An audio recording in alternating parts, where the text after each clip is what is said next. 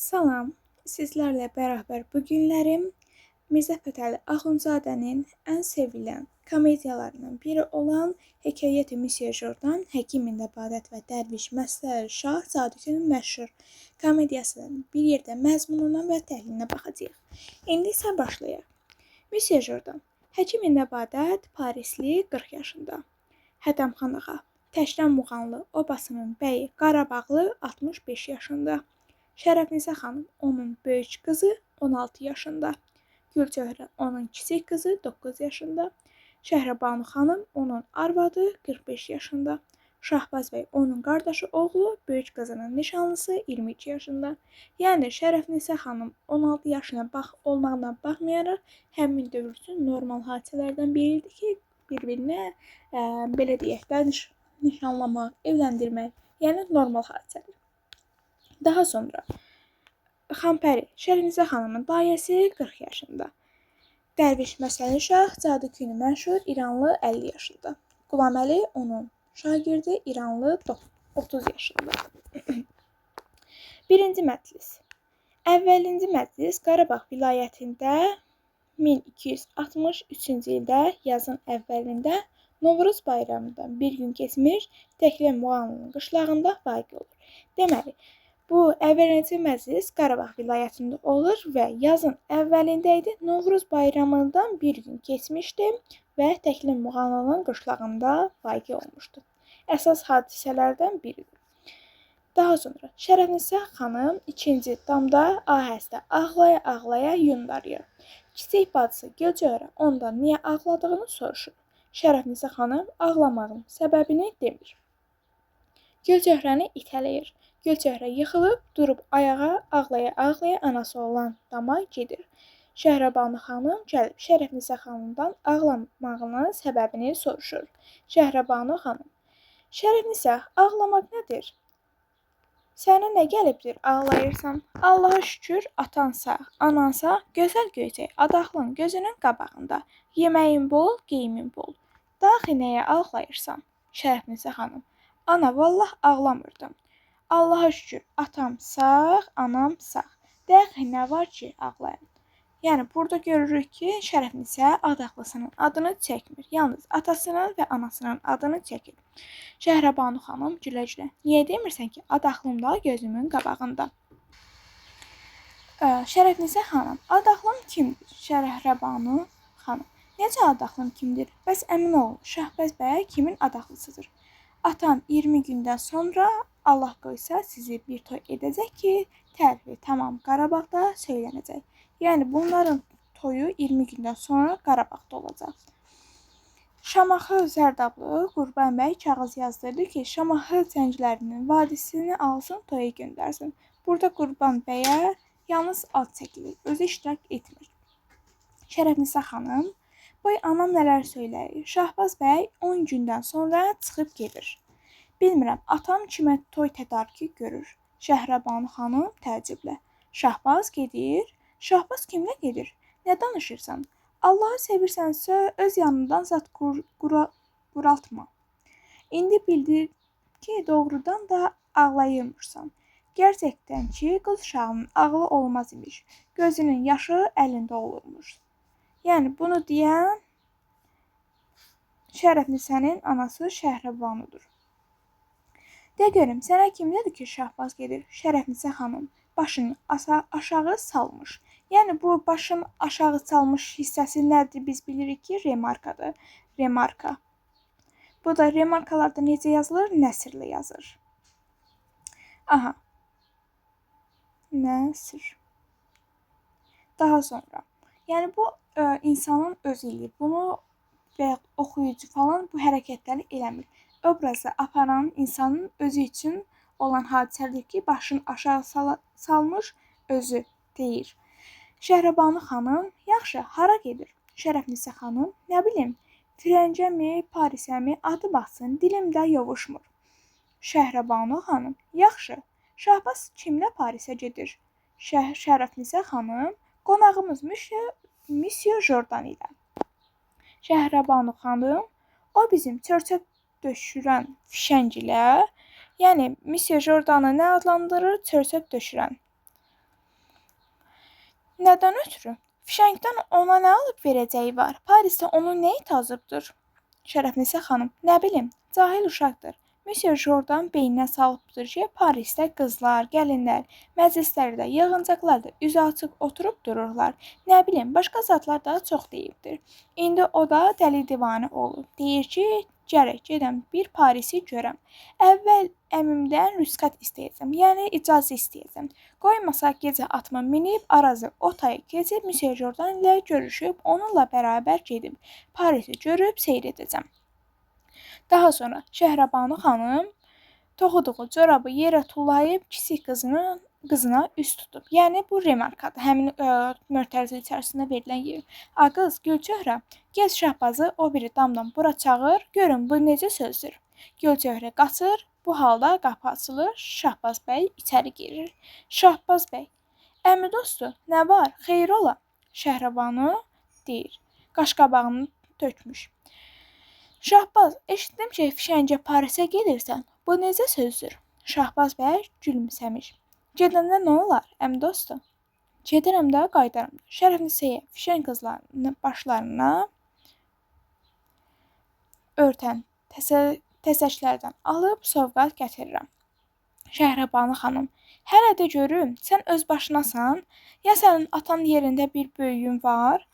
Şahbaz bəy, əlbəttə, əmimdən izin almamış ki, gedə bilmərəm. Müsyo Jordan özü ondan rüxsətimi alacaq, yəni icazəsini alacaq.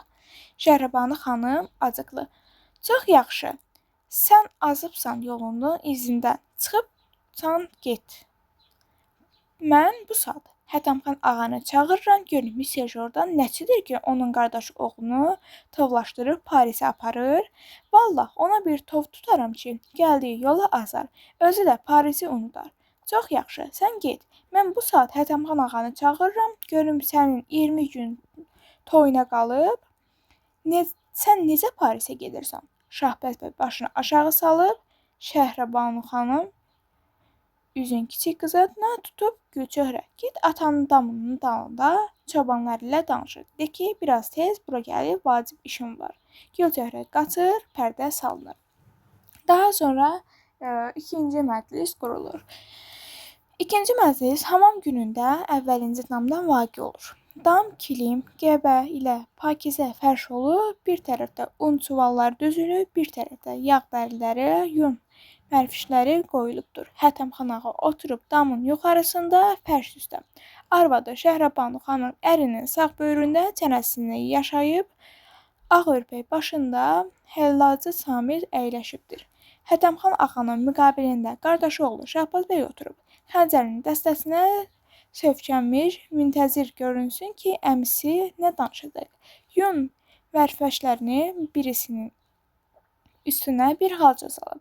Şahbaz bəyin sol tərəfində qoyulub. Üstünə Müsyo Jordan firəngi libasında qısın-qısı üstə aşırıb, başı açıq, əlində barmaq uzunluğunda və yoğunluğunu bükmüş və lülələnmiş tənbəki yarpaqlarını yandırıb çəkir. Hətəmxan ağanın böyük qızı Şərəfnisə xanım bunlardan əvvəl xəlvətcə gəlib güc qabağında asılan kilim qəvənin dalında girib pusur ki, görsün nə danışacaqlar. Bu halda Hətəmxan ağa üzün Müsyo Jordana tutub xitab edir. Hətəmxan ağa, həkim sahib eşidirəm ki, bizim Şahbazı fişəngistana aparırsan. Bu necə sözdür? Müsyo Jordan, bəli, Hətəmxan ağa, bu sözü mən özüm sizə deyəcəkdim. Çünki heyfdir, Şahbaz bəy kimi cavan və zirəng və sahib savad olan firənc dilini bilməyə mən təəddüd edirəm ki, onu Parisə aparıb, firənc dilini ona öyrədib yola salam. Çünki firənc dilini çox şövqü var, tez öyrələr. İndi də mənim ilə oturub durmaqdan bir pala kəlimatı hifz edibdir. Hətəmxan ağa üzün Şahbaz bəyə tutub, Şahbaz, doğrudur ki, Parisə getmək istəyirsən? Şahbaz bəy, bəli, əmi, əgər sizin rüxsətiniz olsa, Müsyo Jordan ilə gedərəm, yenə sonra özüm qayıdıb gələrəm. Hətəmxan ağa, nədən ötürü gedirsən, balam? Şahbaz bəy, firəncin dilini öyrənməyə, əmi. Hətəmxan ağa, firənc dili nəyinə lazımdır? Əzizim, sənə lazım olan ərəb, fars, türki rus dilləridir. Yəni bu 4 dili artıq bilir. Ərəb, fars, türk və rus dilini. Allaha şükür dövlət Əliyəmizin şəfqətindən atılan mədrəsələrdən hamısını oxuyub öyrənmisən. Yəni bu onu demək istəyir ki, sən bu 4 dili artıq mədrəsələrdən öyrənmisən, bilirsən. Şahbaz bəy, əmi, Firənc dili mənə çox lazımdır. Bildir ki, yəni keçən il Tiflisdə məni arx çarpmaq üçün izin almağa göndərmişdiniz. Allahverdi bəyin oğlu Tanrıverdi bəy, bu yer önəmli yerlərdən biridir. Allahverdi bəyin oğlu Tanrıverdi bəy Varşavada fişək dilini öyrəndiyi üçün hər məclisdə məndən hörmətli idi. Bavucudu ki, Firənc və türk dilindən başqa özgə dil bilmirdim. Yəni deyir ki, Allah verdi, mən 4 dil bilirdimsə, amma o 2 dil bilirdi. Bir türk idi, biri Firənc dili idi, amma o deyir məndən hörmətli idi. Çünki o Firənc dilini bilirdi. Hətəmxan ağa, balam, sən hələ uşaqsan. Bu zatları tamam boşdur. İnsana ağıl lazımdır. Bildir artıq bilmək ilə ağıl artmaz. Adam gərək hər dili ilə olsa, fülcümdə fəhm və zamanə əhlinin adət və xavvasından mütəlli olsun. Öz işin yolda aparsın. Şahbaz bəy, əmi, qanmıram ki, siz necə Paris əhlinin adət və xəvvasından xəbərdarsınız. Hətəmxan ağa, bu saatda mən sənə qandırım, balam. Mənə yəqin hasil olubdur ki, bizdə hər adət və xasiyyət var ki, əski Paris əhlinidir. Məsələn, biz əlimizdə xana qoyarıq, yəni biz əlimizə xana qoyarıq, firənglər qoymazlar. Biz başımızı deyir bağlayarıq, qırxarıq, onlar da başlarına tüc qoyarlar. Biz papaqlı oturarıq, onlar başı açıq oturarlar. Biz başmaq geyərik, onlar çəkmə geyərlər. Biz əlimiz ilə xörək yeyərik, onlar qaşıq ilə yeyərlər. Biz aşkara peşkək alarıq, onlar gizli alırlar. Biz hər zada inanırıq, onlar heç zada inanmazlar. Bizim arvadlarımız gödək libas geyər, onların arvadları uzun libas. Yəni deyir ki, bu Hətəmxan ağa, bizdə deyir ki, xına qoyuruq, onlar qoymurlar. Biz deyir başımızı qırxırıq, onlar yəni tüc qoyarlar. Biz əlimizlə yeyərik, onlar qaşıqla yeyərlər. Daha sonra deyir, biz hər şeyə inanırıq, onlar deyir heç nəyə inanmazlar. Bizim arvadlarımız yəni gödək libas geyər, onlar arvadları uzun libas. Bu yəni demək istəyir ki, bizdəkilər də normal paltar geyinirlər, üstündən uzun nəsə geyinirlər. Amma onlar da sadəcə uzun geyinirlər də. Uzun deyəndə indiki bizim moda kimi onlardan bizə gələn dizaltı libaslarımız gəlibdir. Amma bu moda məqsədindən gəlibdir. Bu bağlı olmaq məqsədi ilə gəlməmişdir. İndi isə Monsieur Jordan nə deyir? Yuqarı ilə.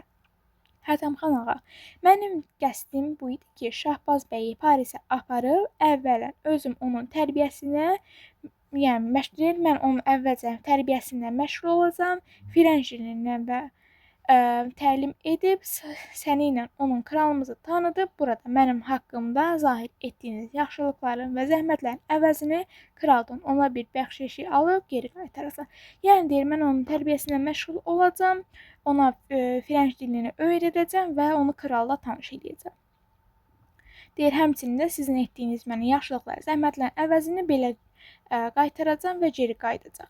Çünki mən kralın məxsus və təhti hiyamətini olan Daruelimin hürakim və ülmasına və o əhalizənin mürəqqibi və möhtəməl ama üçün sizin təqrarınızı müşəxəs oldu ki, siz səfərin fəvaidini, mümkününü ona biyana mənə lazım olur ki, səfərin fəvaidini müvafiq məsəl ilə sizə isbat edim. Əgər məsələn mən Qarabağa getsəydim, yəni əlini uzadıb cebindən bir dəftər çıxarıb, açıb, içində səliqə ilə düzülmüş bir neçə otları göstərib. Əgər mən Qarabağa gəlməsəydim, kim biləcəkdir ki, Qarabağın yaylaqlarında bu otlar mövcuddur. Hamı tapdığım nəbatatın və əlifyanın mahiyyətini və xasiyyətini bu qərar ilə yazıb aləmə bildirəcəyəm. Hətəmxan ağa biraz fikir edib, həkim sahib nə müddətdə Şahbaz Parisə gedib qayıda bilər? Monsieur Jordan deyir, Bir il çəkər gedib gəlməyə, ziyadə çəkməz. Bir ildən az qalsa getməyində mənzur olsa fayda, bir külliyət hüsula gəlməz. Çünki üdməsi Frenç dilini öyrənməkdir. Hətəmxan ağa, arvad dəxi nə eləyək, qoy getsin, papağını çevirərsən. İl gedər, həkim sahib də bir yaxşı adamdır, onun hüzurunda bir para mərifət kəsb edər, yaxşı yaman görər. Kraldan bəxşişlik alar, il başında Qarabağda hazır olar. O vaxtadək biz də onun toy tədarükünə məşğul olduq. Gələn kimi toyun başlarıq. Şəhrabanu xanım yerindən qalxıb çığıra-çığıra: "Kişi, nə danışırsan? Sənin fikrin hardadır? İstəmirəm onun Parisə getməyini də, mərifət kəsb etməyini də, Frenç krallığının bəxşiyini almağı da. Bu sözləri tamam bəhanədir. Şahbaz istəyir getsin Parisə, məclislərdə, yığıncaqlarda üz açıq gəzən qız, gəlinlər ilə keyf çəksin. Danışsın, gülsün, vəssalam. Pərdə salınır. Üçüncü məclis yenə orada vaqe olur. Yəni burada deyir ki, bu danışırlar Hətəmxan ağa, Monsieur Jordan və Monsieur Jordanın danışığı, həmçinin də Şəhrəbanunun danışığı olur. Bunlar deyirlər ki, bəs sən nə üçün getmək istəyirsən? O deyir, mən ancaq ora getmək üçün bunun sadəcə bir məqsədi var ki, getsin, Frenç dilini öyrənsin. Amma Şəhrəbanu xanım bunu istəmir, çünki deyir ki, orada üz açıq qızlara gedib baxacaq, onlarla deyir bir stolda oturacaq. Yəni bunlara narazıdır. Həmçinin də deyir ki, 20 gündən sonra toyudur, bu olmaz. Monsieur Jordan da deyir ki, bir il çəkər, yəni gedib qayıtmağa. Bundan da Şəhrəbanu xanım narazı olur. Üçüncü məclis yenə orada vaqe olur. Damın bir tərəfində Şəhrəbanu xanım oturubdur, bir tərəfdə Şərəfnisə xanım yun darayır. Bu halda birdən qapı açılır. Şərəfnisə xanımın dayəsi Xampəri içəri girir. Şəhrəbanu xanım Xampəriyə deyir ki, Şahbazın Parisə getməsinin qarşısını almaq üçün bir əlac tapılsın. Xampəri qonşuluqdakı Ağzəbədi kəndində Qızılbaşdan gələn Dərviş Məsəli şahı xəlvətə çağırıb onun cadusunun gücündən istifadə etməyi məsləhət bilir. Bu halda qapı açılır, Şahbaz bəy içəri girir. Yəni onun cadusundan istifadə etməyi kim deyir? Xampəri. Aha. Şahbaz bəy, Şərəfnisə, qadanalım. Görürsən ki, əmi dostu bugün nə tufan elədi? Monsieur Jordanın yanında əminin üstünə çır-çır çığırdı. Məni də hədələdi. Şərəfnisə xanım tez yeriyib, əlini uzadıb, hənəsinin dalından bir neçə yarım səhifə kağız çıxardıb atır. Şahbaz, bu şəkilləri sən gətirib demədin ki, Paris qızlarının, gəlinlərinin şəkilləridir. Gör Parisdə necə gözəl qızlar var. Bu qızlar, gəlinlər tamam izləri atır, məclisdə yığıncaqları olanlar ilə bir yerdə oturub dururlar. Hələ mən bu şəkilləri utandığımdan əmin dostuna göstərməmişəm. Şahbaz, sən deyərlər ki, bu şəkilləri niyə göstərirsən ona? Şahbaz bəy, vallah yox, səbəbi onlar deyil. Sən bilmirsən, mənim tatürklərim tamam mərifət sahibi olub, qulluq edib, hörmət izzət tapıb, xoşbəxt olublar.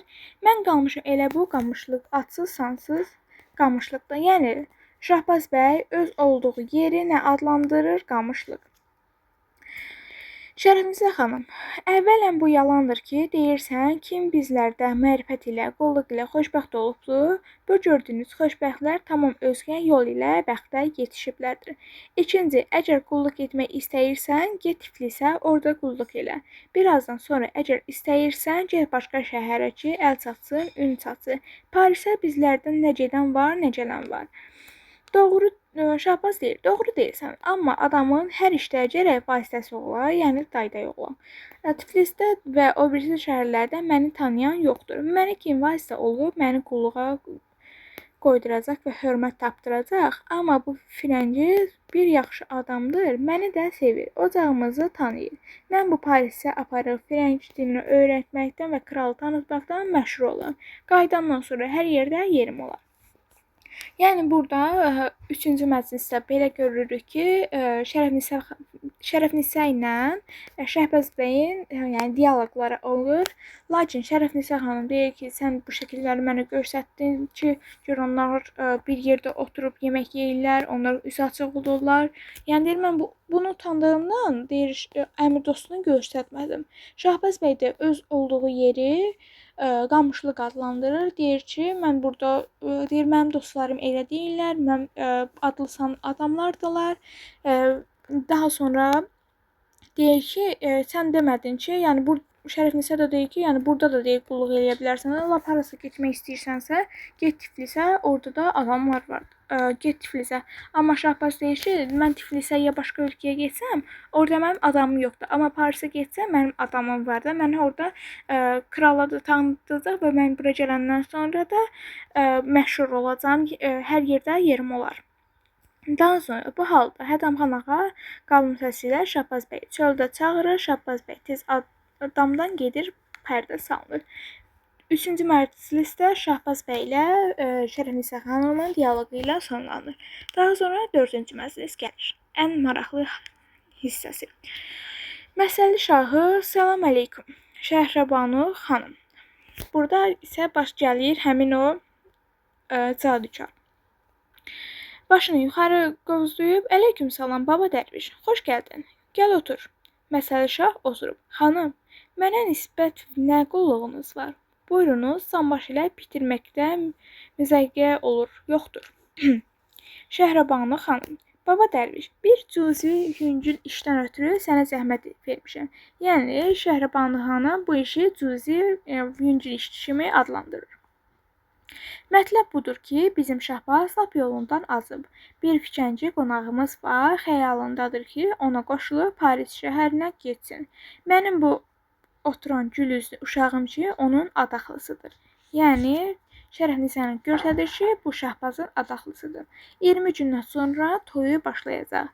Ağlarsızlar qoysun. Mən və Hədəmxan ağa nə qədər yalvardıq, söylədik, qulaq asmadı. Gərəkdir ki, bir iş edəsən ki, bizim Şahbaz Parisə gedə bilməsin və Monsieur Jordan ondan əl çəksin, aparmasın. Yəni, Şəhrəbanu xanım deyir ki, burada nə edirsən et, Şahbaz Parisə getməsin, Monsieur Jordan da əl çəkib, yəni tək özü getsin. Məsəl şah, xanım, bu cüzi yüngül işə deyilmiş, bəlkə də çox böyük və çox çətin iş idi. Gərəkdir ki, bu işdə mənim cadumun əsəri ya Parisi ya da Monsieur Jordanın başında çatlasın. Aha, daha sonra Şəhrəbanu xanım. Baba dərviş, mən anlamadım. Necə gərək cadunun əsəri ya Parisin ya Monsieur Jordanın başında çatlasın? Məsələ şah, xanım, məsələn, əgər Şahbaz bəyə əl vursan, lazımdır ki, onun bədəninə bir cüm müsəllət edim ki, bu səfərin xəyalını onun başından çıxarsın. Amma olar ki, bu işdən o qorxsun, ağılına rəxa yetişsin. Ya azarlasın, ya çoluq olsun. Çünki çox uşaqdır və cavandır. Deyirəm ki, mən əgər onun canına zim müsallət eləsəm, o da ya çoluq olacaq, ya da ki, azarlayacaq, xəstələnəcək də. Deyirəm, amma o çox uşaqdır, yəni cavandır da, onu belə etmək istəmərəm. Şəhrəbanu xanım, bu Allah sevirsən, baba dərviş, belə danışma. Bu işlər tamam ondan ötürüdür ki, Şahbaz bugün gözümdən uzaqlaşmasın. Necə olar ki, Şahbaz onun canını cim müsəllət olmağa razı olar? Məsələ şah. Bu surətdə gərəkdir ki, divlərə, ifritələrə əmr edim ki, Parisi xarab etsinlər. Yəni deyir ki, cinlərə, ifritələrə deyin, Parisi partlatsınlar. Üstünə çevirsinlər ki, Şahbaz bəy dəxi oraya getmək niyyətinə düşsün. Nəinki Mürrix ulduzuna hökm edim ki, Monsieur Jordanın boynunu vursun ki, Şahbaz bəyi aparan olmasın. Bu işin bundan başqa heç çarəsi yoxdur. Şəhrəbanu xanım, bu necə mümkün şeydir, baba dərviş, belə şey mi olar? Məsəl şah, bu mənim işimdir, xanım, nə şübhə yeridir. Hansı işlərimi söyləyim? Burada 11 il bundan irəli Araz qırağına gəlmişdim, istəyirdim ki, Naxçıvan və Şərur mahalın qabağından keçib İrəvana gedəyim. Hər şey mahalın xalqı mənə mane oldular ki, sən qoymarıq bu torpağa keçəsən. Ondan ötürü ki, əlində təzyiqən yoxdur. Nə qədər yalvardım, yapışdım sözümə qulaq asmadı. aşağı getdim, yuxarı getdim, olmadı. Axırda lap acığım tutdu. Əcinlərə, ifritələrə hökm etdim ki, tamam, Naxçıvan, Şərur mahallarının damlarını qaldırıb yer ilə yeksan etdilər. Yəni deyir ki, mən deyir, axırda açıqlandım. Məni qoymadıqlarına görə Naxçıvanla Şəruru deyir, yerinə yeksan etdim. Xülasə, Murova desəm yerindən qopmazmı? Araza desəm axma axarmı? Yəni deyir ki, mən burada deyir bunları partlatdım. Məsələn, Murova desəm, Murov dağına yerindən qopmazmı? Yəni bir dənə desəm qopar, Araza desəm axmaz. Yəni bunun danışığı bilinir ki, satirikdir də. Bu insanları aldadır. Bu elə bilir ki, cadukarlıqla hər şeyi həll edə bilər. Şəhrabanu xanım təəccüblə Allah dərdini əsirgəm. Burada da bilinir ki, bu da humoristik, yəni gülməli obrazdır. Burada humoristikdir. Bu elə bir hər şeyə inanandır. Amma o satirikdir. Elə bilir ki, məsələn, bu sözlərinə hər kəs inanır. Bunlar da saf obrazdır. Bir tərəfdən gülüş məqsədi, yəni humoristikdir. Məsləli Şah, xanım, gecə keçir, durmaq vaxtı deyil. İndi siz mənə buyurun görün, Monsieur Jordan ha vaxt gedəcək? Şəhrabanu xanım, 10 gündən sonra. Aha, bilinir ki, Monsieur Jordan 10 gündən sonra Parisə gedir. Məsəl Şah, çox yaxşı. İndi mən bu saatda xanım sizin gördüyünüz qabağında, gözünüz qabağında Parisin heykəlini bərpa edib burada onu pozacağam. Və divlərə və ifritələrə hökm edəcəm ki, hamam dəqiqə Parisi yıxsınlar və 10 günə qədər xəbəri Monsieur Jordana çatdırsınlar ki, Şahbaz bəy aparmaq fikrindən düşsün. Hə, mən deyil, Parisi yıxacaq və bu da 10 gün içində gəlib Monsieur Jordana çatacaq və Monsieur Jordan deyir, özü gələcək, Şahbaz bəy aparmayacaq. Aha, daha sonra Şəhrabanu xanım, biçarə Parisliləri mənə nə eləyiblər ki, evlərin, imarətlərin başlarına yıxaq. Min adamın qırılmağına bais olaq. Bu qalmaqda bizi ancaq o çörçöp döşürən Monsieur Jordan, yenə Monsieur Jordan'ın çörçöp döşürən adlandırır, salıbdır. Baba dərviş, hər nə bilirsən onu elə. Şərəfnisi xanım. Can ana, elə demə, Monsieur Jordan yazıqdır. Çox yaxşı adamdır. Bu yaylar hər gün qəribə güllərdən, çiçəklərdən dəstə-dəstə bağlayıb Şahbaz bəydən mənə göndərir ki, apar adaxına ver. Mən özümü öldürürəm, qoymaram Monsieur Jordan'ın boynu vurulsun. Şəhrabanu xanım, vallah bilmirəm hansına razı olam.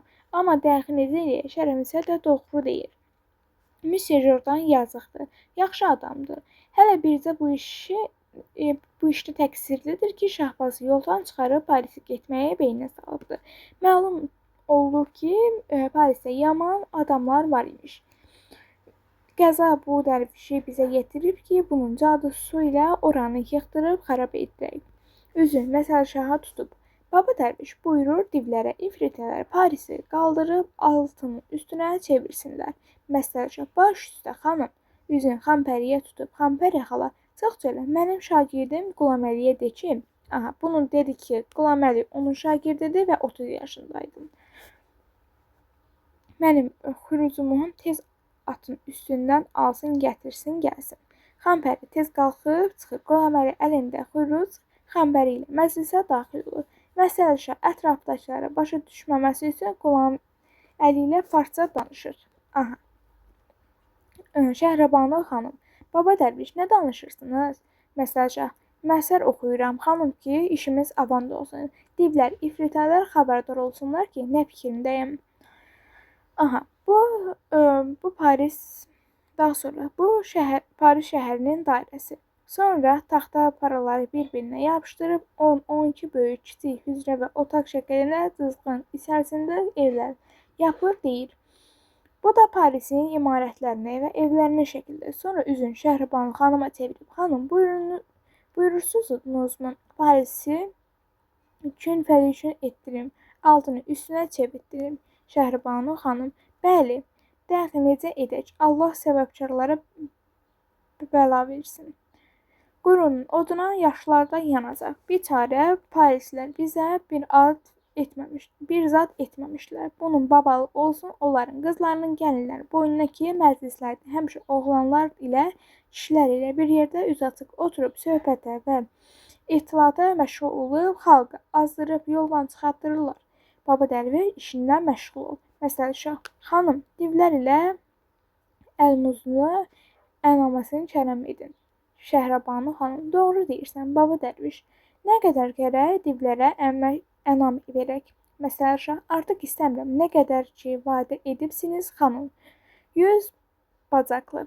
Şəhrabanu xanım, Baba Dərviş, çox olmazmı? Deyir ki, mənə indi 100 bacaqlı verməlisiniz ki, bunu deyir artıq dağıdım.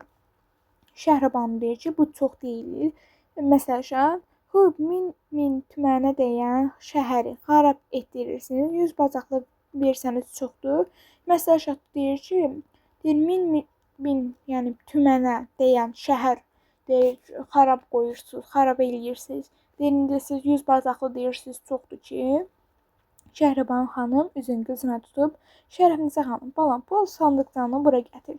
Anasının qabağına qoyur, Şəhrabanu xanım sandıqcanı ağzını açır, 100 dənə təzə bacaqlı çıxardır, deyir. Balam Şərəfinisə, toy xərcinə dəxi heç pul qalmadı.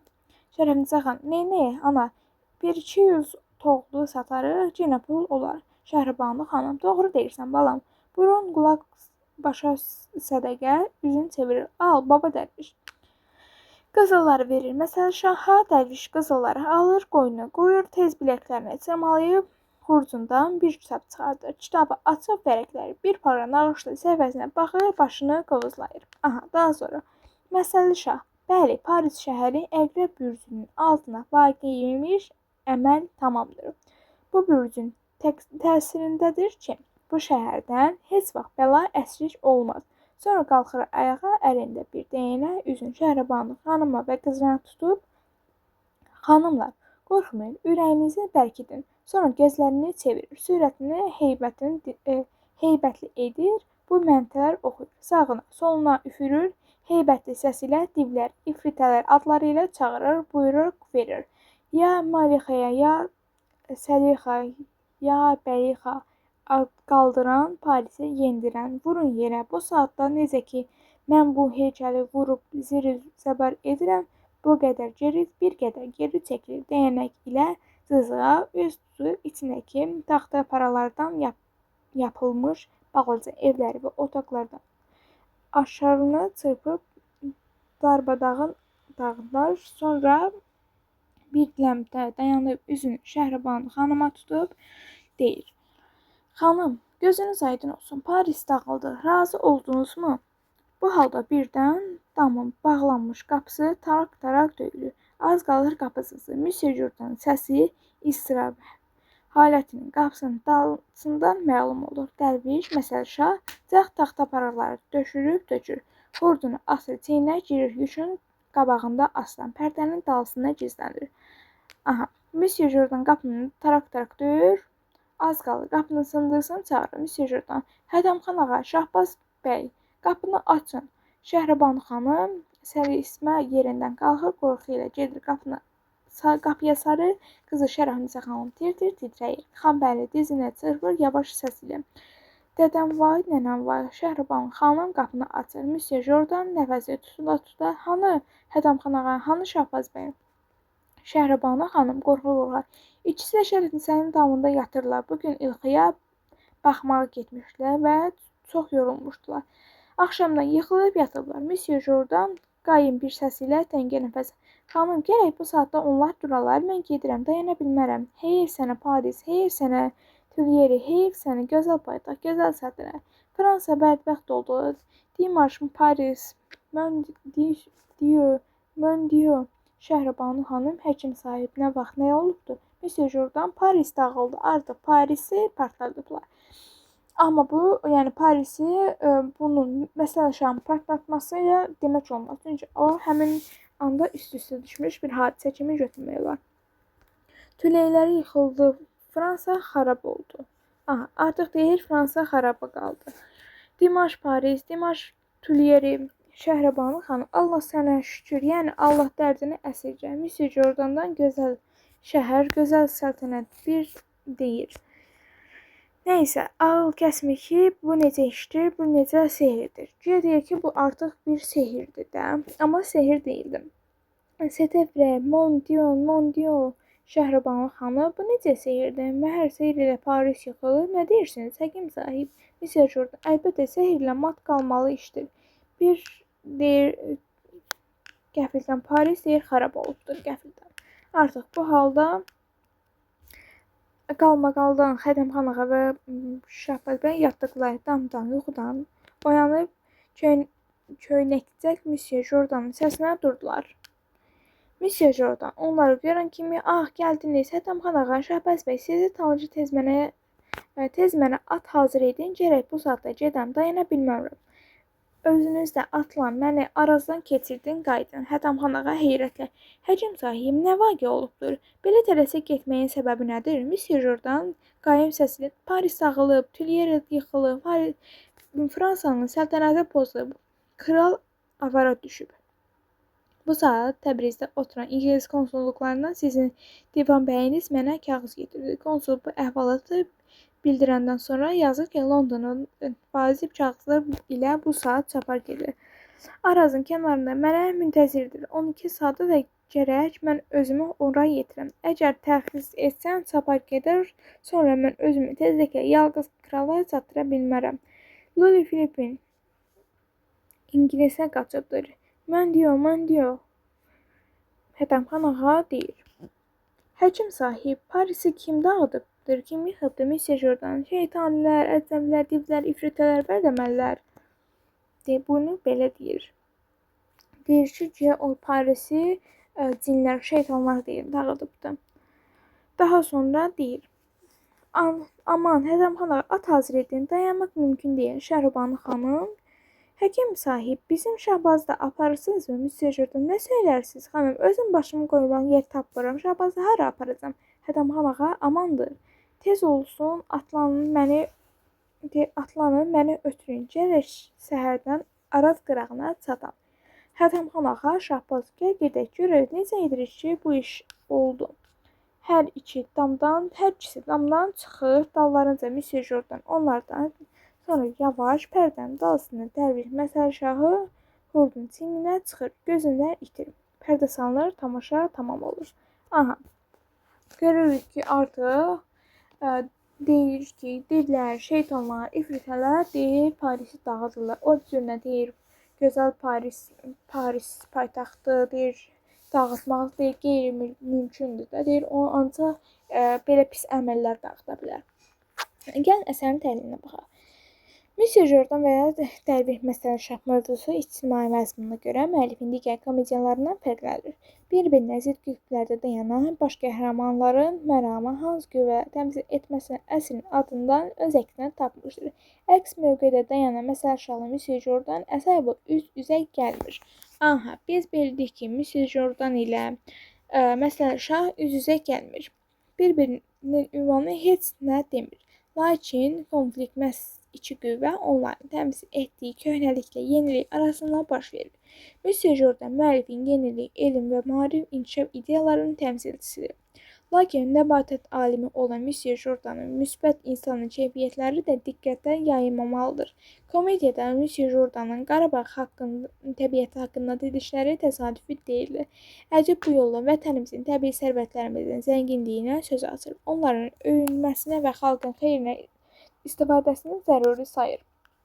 Daha sonra əsərdə əsas satirik qəhrəman, tənqid obyekti olan Dərviş Məsəl Şah obrazı vasitəsilə ədib cadugərliyə qol kanat verən feodal parlaqları cəmiyyətin iç üzünü açmışdır.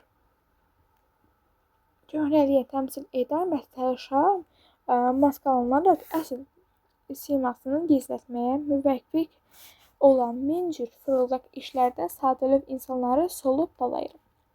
Biz bilirik ki, bu artıq deyir, öz işləri ilə deyir, Məsəl Şah maskalanan əsl simasını gizlədir və sadəlöv, yəni saf insanlardan deyir, istifadə edir. Güya cadugərliyin var olduğunu deyir. Ona görə də insanların pullarını belə işləri ilə, əməlləri ilə deyir, alır. Soyub talayır. Daha sonra əsərin gənc qəhrəmanı Şahbaz bəy həyatını yenicə baş qaldıran böyük gələcəyi ilə maarifçi ziyalıları təmsil edir. O yaşadığı mühiti, yəni qamışlıq adlandırır. Yəni bu əsasən düşən suallardan biridir. Deyir onun əsas belə obrazda o maariflənmək istəyir, o təhsil almaq istəyir, dilini genişləndirmək istəyir. Bir növ, yəni öz yaşadığı yeri, yəni Qamışlıq adlandırır ki, mən burada deyir, necə deyim sizə, qarşıya gedə bilməz. Yəni həmişə deyir Qamışlıq olduğu yerdə ancaq deyir qalacaq yerində də inkişaf edə bilməyəcək, geriyə daha da gedəcək.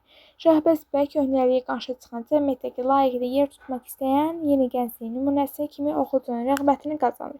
Hətəmxan ağa bir sıra müsbət xüsusiyyətləri ilə seçilən varlı mülkədar surətidir. Təsərrüfatını bacarıqla idarə edən bu adam yumşaq təbiətli, qonaqpərvər və alicənablı Hətəmxan ağa əvvəlcə Şahbaz bəyin Fransaya getmək arzusuna qarşı çıxsa da, sonra yenilik hissi ilə yaşayan gəncə mane ola bilməyəcəyini başa düşüb razılıq verir.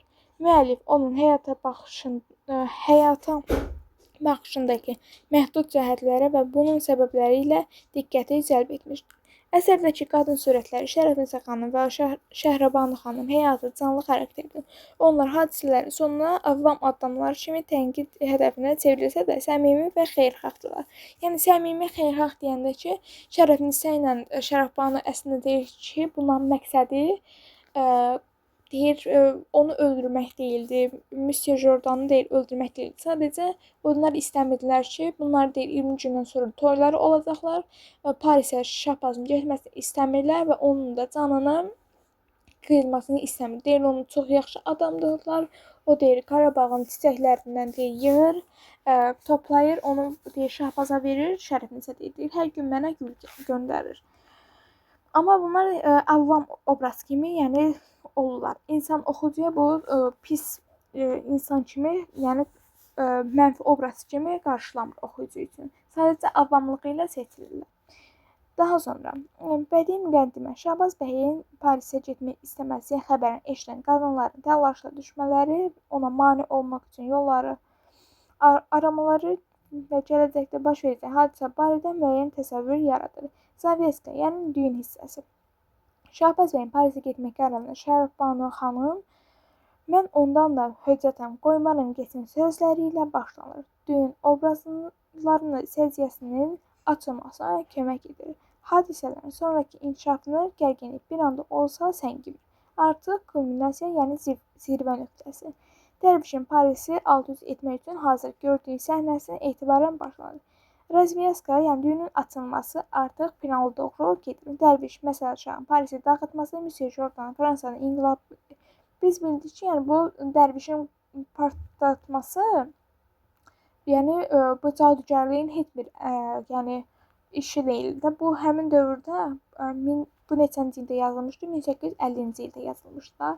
Həmin dövr üçün, yəni Fransa inqilabı nəticəsində partladılmışdır. Daha sonra biz də burada gördük ki, Fransadakı inqilabın xəbərini çatdırılması eyni vaxtda düşür və gərginlik azalır, düyün açılır. Finalda isə köhnəlik qələbə çalır, lakin bu aldadıcı zahiri qələbə olur, əslən geriliyin, avamlığın ifşası olur. Əsər dili komediya janrının tələblərinə uyğundur, tiplərin hər biri öz xarakterinə və dünya görüşünə uyğun danışır. Dərviş məsələsi insanları öz hünərlərinə inandırmaq üçün sözləri məharətlə seçir, bəzən də alimliyi, dırnaqarası alimliyi sübut etmək üçün başqa dillə müraciət edir. Məsəl şahın xarakteri xüsusiyyətləri fırıldaqçı təbiətini açmaq üçün əsərdə tipin öz dili ilə ifşasının üsulundan istifadə etmişdir.